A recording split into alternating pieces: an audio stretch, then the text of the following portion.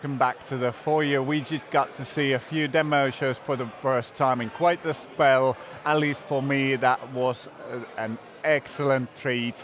But I've got another treat here, which is one of the Opera Beyond teams, a Violet Disruption. Steph and Amanda, hello and welcome. Hi. So, your presentation was all about bringing a rave into the opera house. Not something I personally would have thought of, but a really cool concept. And apparently you had backgrounds in classical music. So is that where the idea came from, or are you into the rave scene as well? Yeah, so we're into both. Steph and I both have a classical background.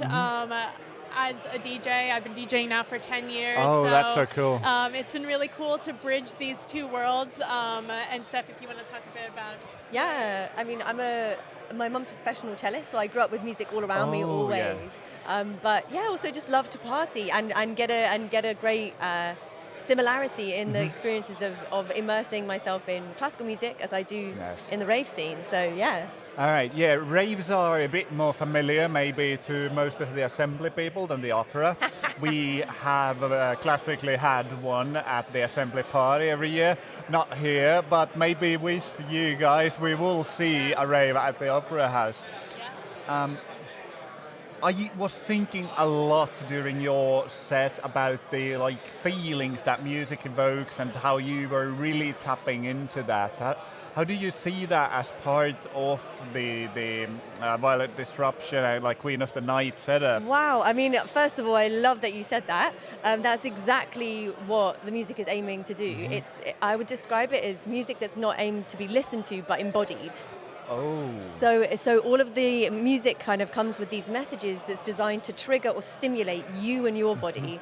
Like just all like the great DJs, that's their purpose. They're facilitators of your physical experience, you know, and that's what's really exciting about making music that feels visceral in the body and that makes you want to move or makes you want to do things. Yeah. Yeah, I have to say I love the words that you've been using to emphasize your experience. Like you've used visceral now.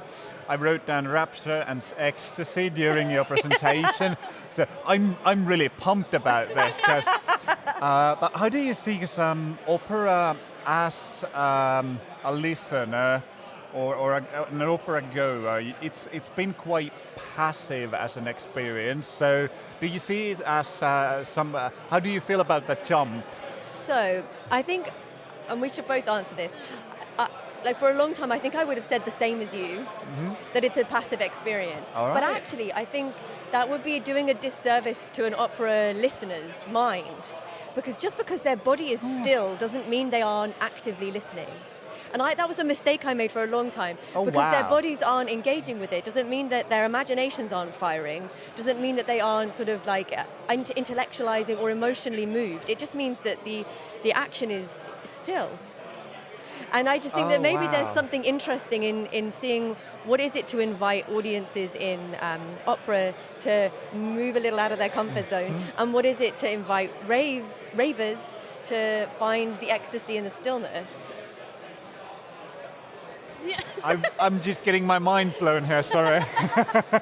Amanda, go ahead. No, I think that this is something we've spoken about so much, is like, how many times have you been in an experience where you want to be fully immersed, but due to the technology at the time and due to the setup, you're static. It's like, there's still, everything's turning, the wheels are going, but I feel like what's amazing about the technology that is available to us today is that not only is it an immersive experience with other people in a crowd, in a theater, but it could also be an immersive experience at home.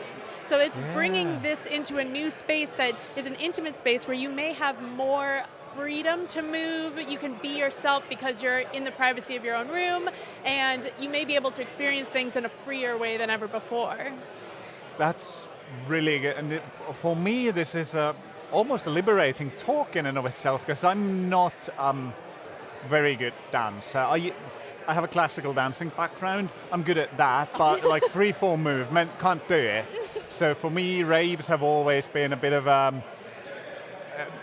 it's a discomforting experience for me, because I'm not that into that, but maybe compounding that with the stillness of the opera and being able to just feel it like internally. I'm getting more pumped. Yeah, yeah. I really love it. I think there's something that's exciting about rave spaces, which is they can seem from the outside maybe like they are exclusive, but secretly that's not their intention. They are powerfully inclusive spaces, which is like, doesn't really matter what you do with your body. As long as you're present, that's it. Yeah. All right. Anything you want to still expand on, or did we cover maybe most of what Violet Disruption is trying to bring into the Well, opera? I'm interested about your combined background.